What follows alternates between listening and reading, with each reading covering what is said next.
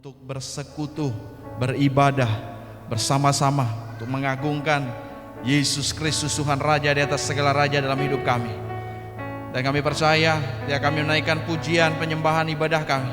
Engkau bertahta atas pujian kami, pujian yang lahir dari hati yang haus dan lapar akan Engkau.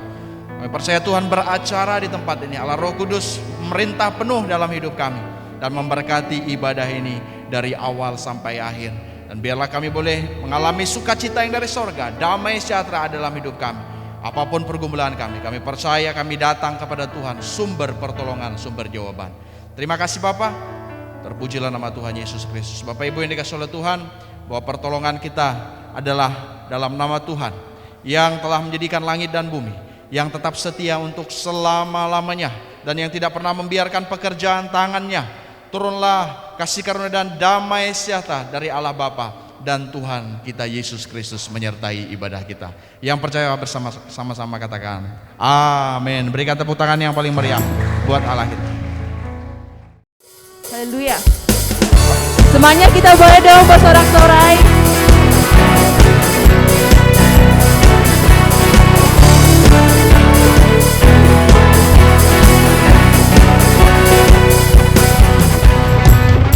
Pelukis cakrawala, merangkai jagat raya, pencipta alam semesta, pemilik kehidupan yang sanggup menyelamatkan, jalan-jalan kebenaran. Kami rindukan kuasa lawatanmu, kebangkitan pasti terjadi. Oh oh oh, datanglah dan berkata, kuat dan berkuasa, saat hati bersatu, menaikkan pujian, menunggu di katamu, mukjizat dinyatakan.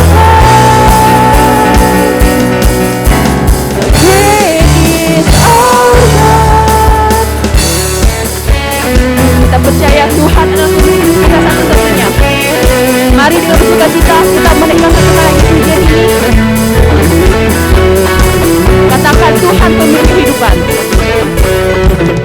pemilik kehidupan yang sanggup menyelamatkan, jalan-jalan kebenaran. Kami merindukan kuasa lawatan-Mu Tuhan. Kami rindukan kuasa lawatan-Mu, kebangkitan pasti terjadi. Oh oh oh, datanglah dan berkata, kuat dan berkuasa, saat hati bersatu, menaikkan pujian, belenggu dikatakan, mujizat dinyatakan. Great is our God. Terima kasih Tuhan. Biarlah semua yang bernapas memuji nama-Mu Tuhan, karena Engkau lah Raja yang patut ditinggikan dan dimuliakan. Kami datang untuk memuji-Mu Tuhan.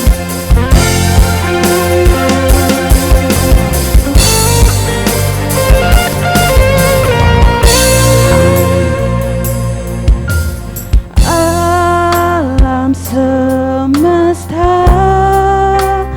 melukiskan kebesaran Tuhan, bumi dan surga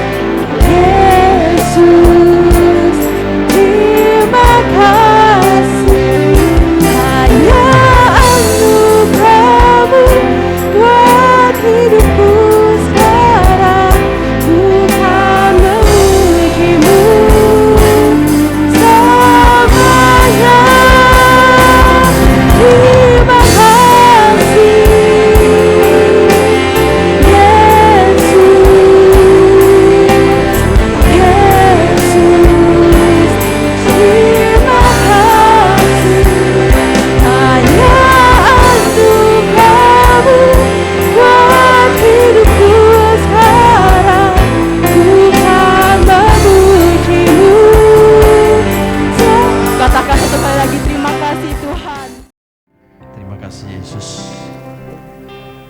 Sungguh besar anugerah-Mu. Kami tidak bisa membalas kebaikan-Mu. Tetapi biarlah hati kami, hidup kami menyerahkan seluruhnya dalam pimpinan-Mu. Dan Engkau yang berkarya menuntun kami. Dan saat ini kami perlu kebenaran firman-Mu sebagai sumber kekuatan, sumber tuntunan untuk kami boleh melangkah dan melihat campur tangan yang ajaib dari Tuhan dalam hidup kami. Berfirmanlah, rapi hamba-Mu dan berkati jemaat Tuhan yang mendengarkan firman-Mu. Terima kasih Bapa, di dalam berkat nama Yesus kami berdoa dan bersyukur. Haleluya, amin. Ya, sekali lagi shalom. Biarlah kita boleh menikmati indahnya persekutuan dengan Tuhan. Dan hari ini saya rindu membagikan satu tema kebenaran firman Tuhan. Saya beri judul semangat. Semangat, ya. Tentunya dalam konteks pengiringan kita akan Kristus Yesus. Coba kita boleh ucapkan dengan ekspresi yang sesuai dengan kalimatnya ya, semangat gitu ya. 1, 2, 3 semangat. Ada orang yang kalau mengucapkan kata ini dia bilang ini, ayo semangat, katanya gitu. Ayo semangat. Orang yang di sebelahnya kurang semangat katanya, ya. Tapi kita harus katakan semangat, ya.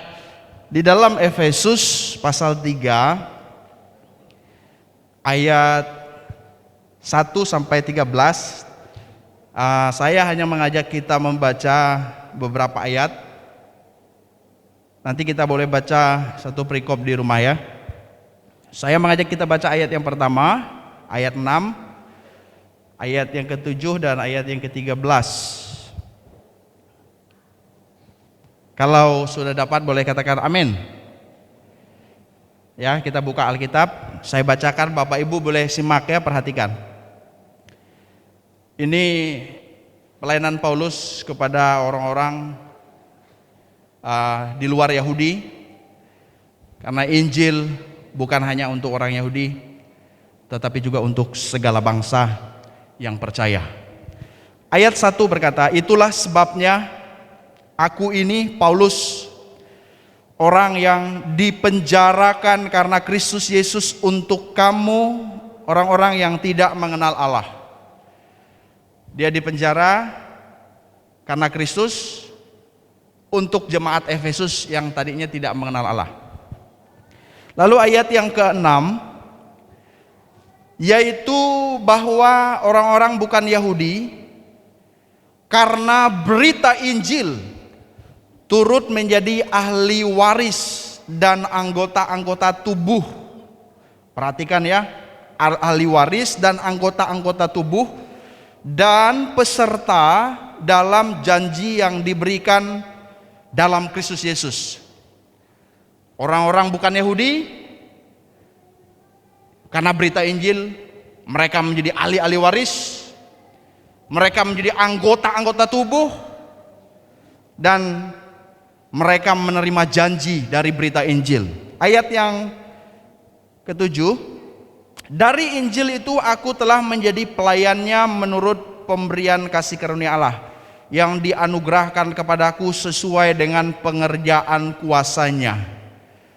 Jadi Paulus berkata bahwa saya ini sekarang adalah pelayan Injil oleh kuasa Allah yang ada di dalam hidupnya. Ayat yang terakhir, ayat 13. Perhatikannya, sebab itu aku minta kepadamu supaya kamu jangan tawar hati melihat kesesakanku karena kamu, karena kesesakanku itu adalah kemuliaanmu. Bapak Ibu yang dikasihi oleh Tuhan, saya tertarik dan diberkati dengan kehidupan Rasul Paulus, ya, sekalipun penuh dengan air mata, penuh dengan tantangan, bahkan kesesakan, Itulah sebabnya saya memberi tema semangat. Barangkali bukan hanya aspek rohani, tetapi kalau kita mau aplikasikan dalam kehidupan lahiriah, ya, perjuangan hidup kita, perjalanan kehidupan rumah tangga, pendidikan, bisnis, ya, kondisi kesehatan kita perlu yang namanya semangat. Kalau dalam Kamus Besar Bahasa Indonesia juga salah satu diterjemahkan adalah kekuatan, kegigihan. Jadi kita perlu semangat untuk menjalani kehidupan yang tidak mudah dan juga sangat sulit. Oleh karena itu, mari kita mempelajari bagaimana ekspresi orang percaya, ya. Sikap semangat dalam pengiringan akan Kristus Yesus. Ya, semangat dalam beberapa poin yang rindu saya bagikan buat kita. Yang pertama, saya tulis di sini, yaitu semangat pengorbanan dalam pengiringan akan Kristus. Semangat pengorbanan dalam pengiringan akan Kristus. Kalau bicara Paulus, sudah pastilah dia memiliki semangat pengorbanan yang teruji. Kristus adalah teladan agung, pengorbanan yang terbesar, pengorbanan yang sempurna, yang dia rela tinggalkan sorga, merendahkan diri, mengosongkan diri, kenosis, mengambil rupa seorang hamba. Dia mau taat sampai mati di kayu salib. Pengorbanan yang terbesar yang tidak bisa dibalas dengan pengorbanan kita, apapun yang kita buat. Tetapi kita bisa memiliki gairah semangat pengiringan kita, yaitu ada nilai pengorbanan. Penjara yang dialami oleh Paulus bukanlah penjara yang mudah. Beberapa kali dia ada di dalam penjara karena Kristus Yesus, untuk jemaat Efesus, untuk kamu orang-orang yang tidak mengenal Allah, untuk orang-orang yang belum percaya kepada Tuhan, dia rela berkorban, ya, dia rela bayar harga, dia rela sekalipun dia mengalami penderitaan. Ya, di penjara karena Kristus Yesus, ada pengorbanan dalam penderitaan karena perkara dan kepentingan Tuhan, untuk perkara Tuhan, untuk kepentingan Tuhan. Inilah yang perlu kita maknai, kita menjiwainya, bahwa dalam pengiringan kita akan Tuhan tidak terlepas dari yang namanya nilai pengorbanan. Sekalipun di dalamnya mungkin ada penderitaan, ya, tapi ingat, itu adalah kepentingan Tuhan, itu adalah keperluan daripada Tuhan. Betapa besar pengorbanan dan kepedulian dalam hal ini Paulus terhadap jemaat Efesus. Ada pengorbanan, ada kepedulian. Pengorbanan ini tidak semata-mata hanya bicara tentang masalah uang, tetapi juga pengorbanan tenaga, pikiran, waktu, ada daya di dalamnya, ada doa di dalamnya. Semua bagian saling berhubungan satu sama lain. Di dalamnya kita bisa berkiprah, kita bisa mengambil bagian untuk kepentingan kerajaan Allah. Kalau ada sesuatu yang diperlukan sesuai dengan bidang yang kita miliki, kemampuan yang Tuhan percayakan, biarlah kita boleh mengambil bagian di dalamnya. Saya kutip pernyataan Billy Graham, kita adalah saluran untuk berbagi. Kita adalah saluran untuk berbagi, ya. Makanya Tuhan menciptakan dua tangan, katanya gitu. Ya, bukan hanya untuk menerima, tetapi juga untuk berbagi. Berbagi dalam pengertian bisa berkorban. Berbagi dalam pengertian bisa kepedulian kepada kepentingan kerajaan Allah. Biarlah kita boleh pagi hari ini boleh merenungkan sejauh mana semangat pengorbanan kita dalam pengiringan akan Kristus. Apakah ketika ada tantangan di depan kita, lalu kita mundur, lalu kita menyerah? Di dalam bisnis kita, di dalam rumah tangga kita, saya yakin pasti banyak pergumulan, pasti banyak tantangan. Nah, hari-hari ini bukanlah hari-hari yang mudah. Negeri kita yang kita cintai juga penuh dengan tantangan.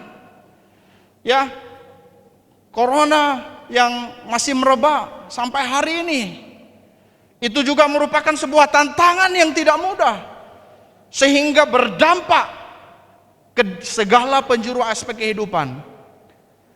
Tetapi apakah kita menyerah dengan keadaan ini? Biarlah ada semangat sekalipun ada penderitaan di dalamnya. Pengorbanan yang mulia ketika kita membawa pengorbanan itu untuk kita persembahkan di dalam hadirat Tuhan untuk kepentingan kerajaan Allah. Berkorban. Coba kita sama-sama katakan, rela berkorban. 2, 3. Rela berkorban. Suami rela berkorban untuk istri, anak-anaknya. Istri pun rela berkorban untuk suami, untuk anak-anak. Anak-anak pun demikian seharusnya. Setiap bagian di dalam rumah tangga, apalagi tubuh Kristus, kita harus sama-sama bergandengan tangan. Kita harus sama-sama mengambil bagian. Karena dikatakan tadi oleh berita Injil, kita menjadi anggota-anggota tubuh. Bukan orang asing lagi kalau di pasal berikutnya. Bukan pendatang lagi, tetapi kita adalah warga kerajaan sorga, yang di dalamnya kita mendapat bagian yang sama dalam janji itu. Masa kita mendapat bagian yang sama tetapi dalam pengorbanan? Ada orang yang hitung-hitungan. Tentunya kita menjadi pribadi-pribadi yang memiliki semangat pengorbanan. Inilah yang pertama. Yang kedua, yang saya catat di sini dari ayat yang ke-6 dan ayat yang ke-7, yaitu semangat hidup menjadi saksi. Semangat hidup menjadi saksi. Di dalam ayat yang ke-6, yaitu bahwa orang-orang bukan Yahudi karena berita Injil turut menjadi ahli-ahli waris, anggota-anggota tubuh, dan juga peserta dalam janji yang diberikan dalam Kristus Yesus. Luar biasa berkat dari berita Injil itu. Ketika orang meresponinya dan mereka percaya kepada Yesus Kristus sebagai Tuhan dan Juru Selamat. Oleh karena itu, semangat inilah yang menggebu-gebu di dalam diri Paulus, ya, untuk memberitakan Injil kepada orang bukan Yahudi. Ada semangat hidup untuk menjadi pelayan Injil. Karena kasih karunia Allah, dia bilang, aku menjadi pelayan Injil. Karena Injil itu aku ada, kata Paulus. Mulai dari sini ya. Roma 1 ayat 16, Injil adalah apa? Kekuatan Allah yang menyelamatkan setiap orang yang percaya. Tidak ada yang lain yang bisa menyelamatkan setiap orang untuk mendapat bagian dalam kekekalan. Tetapi Injil adalah kekuatan Allah. Makanya harus ada semangat untuk menjadi saksi, sehingga banyak orang yang diselamatkan, orang yang percaya. Paulus bilang begini, dari Injil itu aku telah menjadi pelayannya. Kalau tidak karena Injil, Paulus pun menjadi orang yang terhilang. Makanya ketika dia berhutang, ya, berhutang karena Kristus, berhutang karena Injil itu, untuk menyampaikan kepada orang-orang bangsa-bangsa yang lain. Kalau dia sudah dimenangkan dari Injil itu, maka dia pun menjadi pelayan Injil. kita pun sudah diselamatkan, betul? Kita yang meresponi dan percaya. Orang yang percaya tadi, mereka diselamatkan karena Injil itu adalah kekuatan Allah. Tidak mungkin kita egois, hanya yang penting saya selamatlah Pak, cukuplah. Padahal ingat beberapa waktu yang lalu kita merayakan peristiwa hari pencurahan Roh Kudus. Roh Kudus dicurahkan itu satu misi yang besarnya itu supaya banyak jiwa-jiwa dimenangkan. Ya, Roh Kudus hadir memperlengkapi, memberi kuasa dan lain sebagainya untuk misi pemberitaan Injil sampai ke ujung bumi. Injil kerajaan diberitakan sampai ke ujung bumi menjadi kesaksian bagi segala bangsa. Jadi kita perlu memiliki semangat dalam menjadi saksi. Allah memanggil orang percaya, ya, dia panggil Paulus, dia tidak meninggalkan, tetapi dia memberikan kuasa. Maka saya catat di sini, dia juga memperlengkapi, dia menyertai dengan kuasanya. Di dalam satu perikop itu kita bisa baca di sana bahwa Tuhan yang menyelamatkan kita juga memperlengkapi kita. Di dalam hidup kita ini ada kuasa. Tubuh kita ini adalah bait Roh Kudus. Roh Kudus itu diam dalam hidup kita. Jangan pikir kita sendiri, Tuhan jauh di sana, kita dibiarkan terlunta-lunta. Oh tidak, Roh Kudus yang sudah dicurahkan itu ada dalam hidup kita. Itu sudah cukup menuntun seumur hidup kita, dengan tujuan tertinggi untuk kita boleh menjadi saksi, memberitakan Injil, dan banyak jiwa diselamatkan. Berkatnya ini tadi ya, berita Injil ini menjadi ahli-ahli waris, ada warisan sorgawi. Orang yang mau meresponnya maka mereka akan dapat warisan. Oh, senang ya kalau dengar warisan ya. Atau ada yang tidak mau dapat warisan. Pak, saya tidak mau Pak, saya mau jadi orang miskin melarat, oh hidup panjang umur dan selesai. Tidak ya, tentunya ini warisan rohani ya. Warisan rohani ini adalah warisan yang kekal ya, warisan sorgawi. Setiap orang yang masuk ke dalam Injil ini ya, bangsa apapun, ketika mereka percaya maka mereka dapat hak yang sama untuk menjadi ahli-ahli waris, warisan sorgawi, anggota-anggota tubuh, ini anggota keluarga kerajaan Allah. Dan juga ada janji dari berita Injil, ada janji di dalam pengiringan kita akan Yesus Kristus. Banyak janjinya, ya, janji-janji yang pasti akan digenapi. Saya ada baca satu ilustrasi ya. Satu kali ada seorang ibu yang betapa senang dia, betapa sukacita, bersyukur karena anaknya ya setelah umur akil balik dia mengambil keputusan untuk dibaptis dan percaya kepada Yesus secara pribadi. Maka ibu ini, oh dia sangat senang. Mama senang nak, mama penuh sukacita karena kamu sekarang mendapat bagian dalam kerajaan Allah, mendapat bagian dalam warisan sorgawi, ya, menjadi anggota-anggota keluarga kerajaan Allah, dan juga dapat janji-janji dalam Yesus Kristus. Lalu anaknya bilang begini, tapi kan mama yang kenalkan saya pada Yesus. Oh mama lah dapat upah besar ya. Oh ya, kata mamanya. Tapi mama tetap bangga kamu percaya kepada Yesus Kristus. Tapi anaknya tanya lagi, besar kan mah upah mama? Oh besar katanya. Tapi mamanya bilang, di dalam dunia ini penuh dengan penderitaan, ya penuh dengan tantangan, ya sampai nanti Yesus memanggil kita, barulah upahnya kita terima di sorga, kata mamanya. Oh kalau gitu minta sekarang ya mak upahnya, kata anaknya, ya supaya kita dapat upahnya sekarang. Saudara-saudara, dari cerita ini bahwa penderitaan bisa saja terjadi, tetapi berkat bukan hanya bicara kekekalan ya. Dalam konteks ini pun berkaitan dengan teks-teks yang lain. Berkat daripada berita Injil bukan hanya bicara tentang berkat kekekalan, tetapi ada pengharapan, ada penyertaan. Sekalipun kita tidak alergi dengan yang namanya penderitaan, penderitaan pun kita harus siap menghadapinya.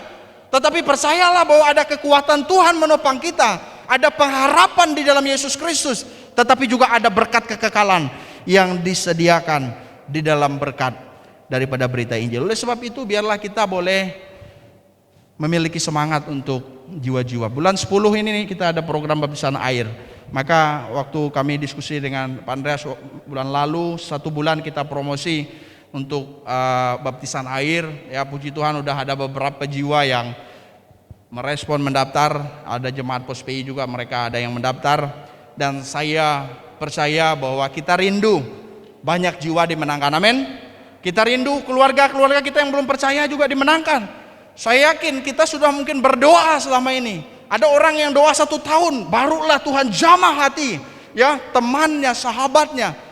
Saya yakin kita sudah mendoakan jiwa-jiwa yang belum percaya, entah keluarga yang ada di sekitar kita, tetangga kita, bahkan orang-orang yang jauh di sekitar kita.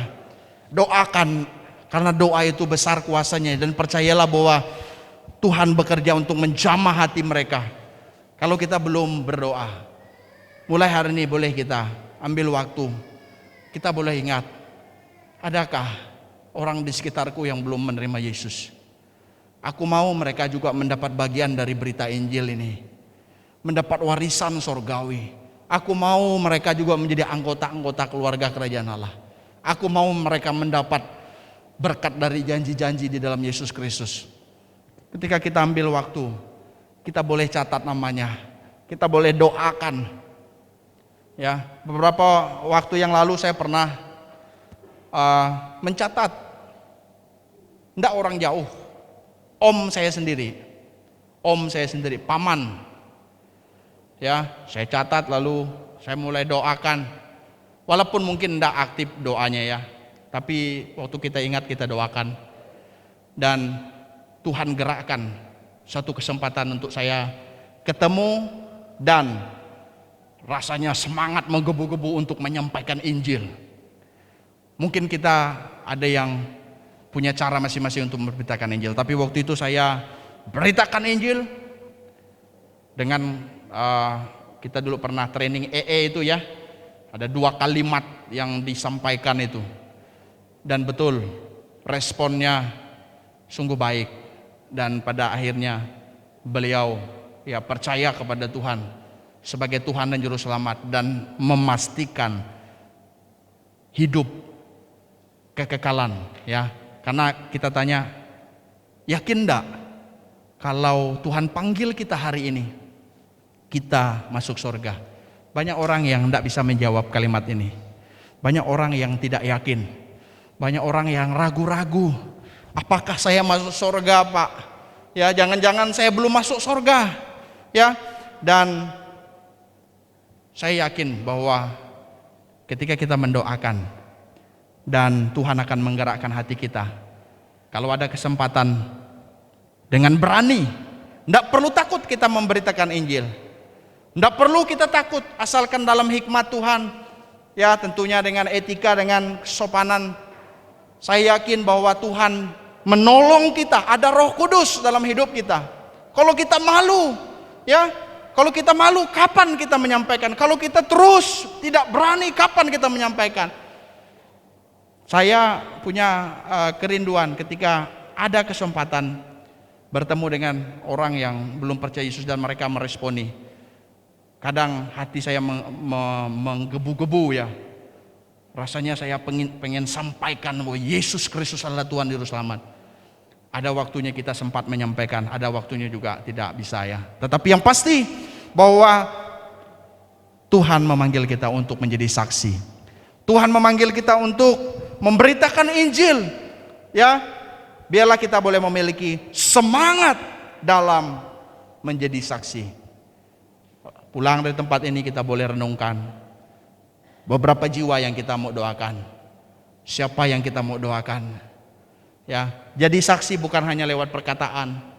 Jadi saksi juga bisa lewat kehidupan kita, lewat tingkah laku kita, lewat perbuatan kita. Satu kali ada seorang ibu, ya, karena ibu ini punya anaknya sakit kejang-kejang, ya, kejang-kejang, malam hari lagi. Waktu itu musim hujan, ya, yang sangat deras sekali. Dia bingung mencari pertolongan. Bagaimana caranya membawa anaknya ke rumah sakit? Dan dia berdoa kepada Tuhan, anaknya pun ikut berdoa. Tuhan, tolong Tuhan. Tuhan, hadirlah di tempat ini. Berikan pertolongan. Dia diberikan inisiatif, lalu dia pergi ke tetangga, dia ketuk pintu tetangga. Pak, boleh enggak minta tolong antar anak saya ke rumah sakit? Ya, karena ini hujan deras, ada kendaraan mobil tetangganya rupanya. Oh, tetangganya sebelah merespon dan dia diantar. Waktu di dalam kendaraan itu, anak ini dia bertanya kepada orang yang membantu ini, apakah Anda Tuhan, katanya. Bingung bapak ini. Lalu dia tanya lagi, anak ini bilang gini, atau apakah bapak ini bekerja untuk Tuhan? Kok begitu ya? Dia tanya, kok bisa begitu? Karena tadi mama saya berdoa supaya Tuhan tolong, Tuhan hadir, Tuhan datang, dan Bapaklah yang menolong kami. Saudara-saudara yang dikasihi oleh Tuhan, kita bisa menjadi saksi, ya, melalui perbuatan, melalui sikap hidup kita di tengah-tengah pergaulan kita, di tengah-tengah pekerjaan kita, sehingga banyak jiwa-jiwa diselamatkan. Yang terakhir, yaitu yang ketiga, semangat melayani dan semangat keimanan sampai akhir sekalipun menghadapi kesesakan, ya. Ada semangat melayani, semangat keimanan sampai akhir hidup kita. Makanya ayat 12 bilang begini, di dalam Dia kita beroleh keberanian, di dalam Kristus, ya, dan jalan masuk kepada Allah dengan penuh kepercayaan oleh iman kita kepadanya. Saya hanya menekankan oleh iman kita kepadanya. Iman yang sampai akhir tentunya.